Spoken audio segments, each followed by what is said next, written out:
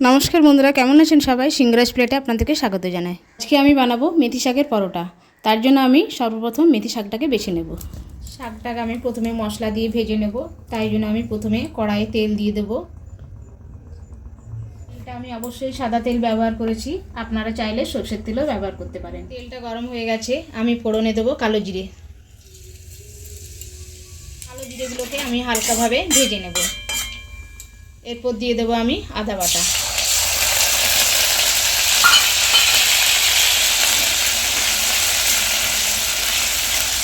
গুঁড়ো মশলা অ্যাড করব, দিলাম জিরে, দেবো ধনিয়া গুঁড়ো, দেবো লঙ্কা গুঁড়ো, দেবো স্বাদ মতো নুন,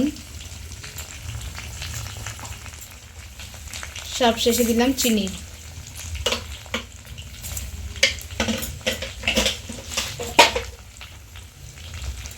এবার আমি মশলাটাকে কষে নেব। মশলাটা কষানো হয়ে গেছে, এবার আমি শাকটা দিয়ে দেবো।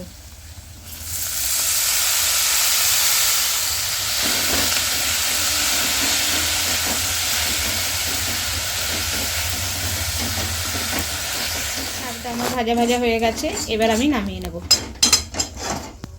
এখানে আমি আটা ময়দা পাইল করে নিয়ে নিয়েছি, আমি এর মধ্যে দিয়ে দেবো জোয়ান,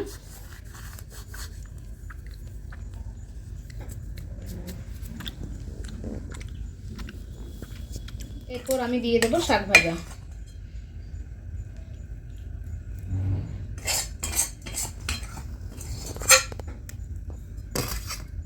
যেহেতু আমি শাক ভাজায় নুন মিষ্টি দিয়েছি, তাই আমি ময়দার মধ্যে আর নুন আর মিষ্টি দিয়ে আমি এগুলোকে ভালো করে মাখিয়ে নেব।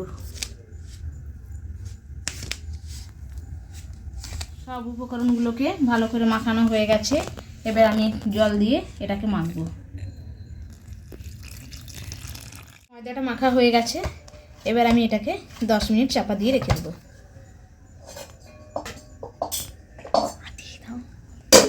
10 মিনিট হয়ে গেছে, এবার আমি খুলে দেব। এবার আমি এগুলোকে লেচি কেটে নেব। লেচি কাটা হয়ে গেছে, এবার আমি এটাকে বেলে নেব। এটাকে আমি গুঁড়ো আটা দিয়ে বেলবো, আমি এটাকে তেল দিয়ে বেলবো না।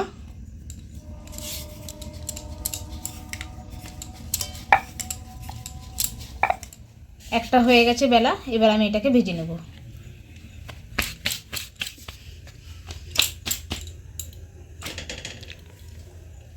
এপিট উপিট করে সেঁকে নেব। সেঁকা হয়ে গেছে, এবার আমি সামান্য তেল দিয়ে ভেজে নেব।